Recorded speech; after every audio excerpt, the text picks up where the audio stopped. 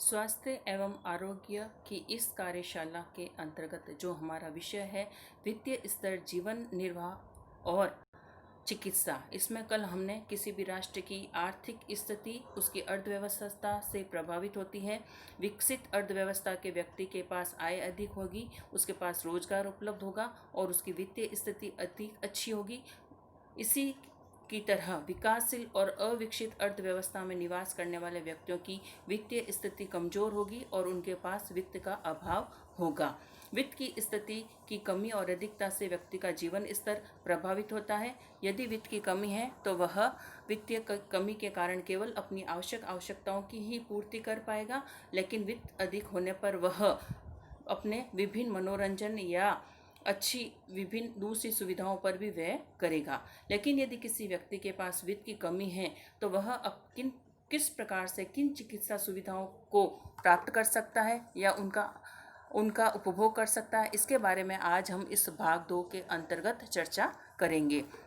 यदि किसी भी व्यक्ति की वित्तीय स्थिति कमजोर है तो वह अपनी बीमारी या चिकित्सा का इलाज निजी अस्पतालों में नहीं करा सकता, क्योंकि वहाँ की फीस, वहाँ का इलाज महंगा होता है। तो इसके लिए सरकार द्वारा विभिन्न योजनाएं लागू की गई है। ये योजनाएं गरीबों के लिए लागू की गई है, उन व्यक्तियों के लिए लागू की गई है जो वित्त की कमी के कारण अपना इलाज नहीं करा सकते हैं।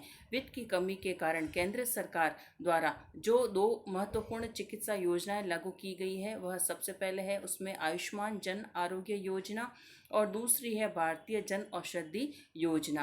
किसी भी राष्ट्र का यदि व्यक्ति बीमार है या अस्वस्थ है तो उस राष्ट्र में उस व्यक्ति की कार्य क्षमता प्रभावित होती है और वह व्यक्ति मानवीय संसाधन यदि किसी राष्ट्र का कमजोर है तो उन संसाधनों का उपयोग नहीं किया जा सकता है। तो हर सरकार सामाजिक सुरक्षा या सामाजिक कल्याण के लिए विभिन्न योजनाएं लागू करती है।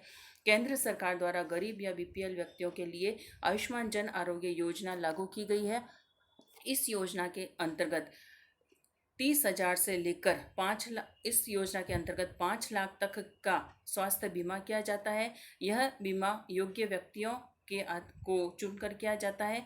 इसके अंतर्गत जो है केंद्र सरकार द्वारा विभिन्न निजी एवं प्राइवेट अस्पताल में किए जाने वाले विभिन्न खर्चों का वहन किया जाता है। इसी प्रकार से दूसरी योजना है भारतीय जन औषधि योजना। इस योजना के अंतर्गत सरकार द्वारा विभिन्न जिलों एवं शहरों में जन औषधि स्टोर खोले गए हैं, जहां पर कि जेनेरिक दवाइयां आसानी से उपलब्ध हो जाती है। जेनेरिक जो दवाइयां होती है वह ब्रांडेड दवाइयों की तरह ही होती है। उनका जो सॉल्ट या उनका जो मटेरियल है वह जेनेरिक दवाइयों की तरह ही होता है, लेकिन उसमें महत्वपूर्ण अंतर ये होता है कि ब्रांडेड दवाइयाँ जो होती है वो बहुत महंगी होती है और जेनेरिक दवाइयों का मूल्य इन ब्रांडेड दवाइयों से 60 या 70% तक कमी होता है। तो सरकार द्वारा विभिन्न वित्तीय अभाव के कारण लोग जब महंगी दवाई नहीं खरीद पाते तो उनके लिए सस्ती दवाएं उपलब्ध कराने के लिए भारतीय जन औषधि योजना लागू की गई है, जिसके अंतर्गत उतनी ही प्रभावशाली कम कीमत पर दवाएं आसानी से उपलब्ध हो जाती है। इसी प्रकार से राज्य सरकार द्वारा भी जनता के लिए विभिन्न चिकित्सा योजनाएं लागू की गई है। उसमें राजस्थान सरकार द्वारा महत्वपूर्ण रूप से भामाशाह स्वास्थ्य बीमा योजना और निःशुल्क दवा योजना लागू की गई है। भामाशाह स्वास्थ्य बीमा योजना, इसके अंतर्गत 30,000 से लेकर 3 लाख तक की स्वास्थ्य बीमा किया जाता है। इसमें जो व्यक्ति इस सुविधा का लाभ उठाना चाहते हैं उनके पास भामाशाह कार्ड होना आवश्यक है।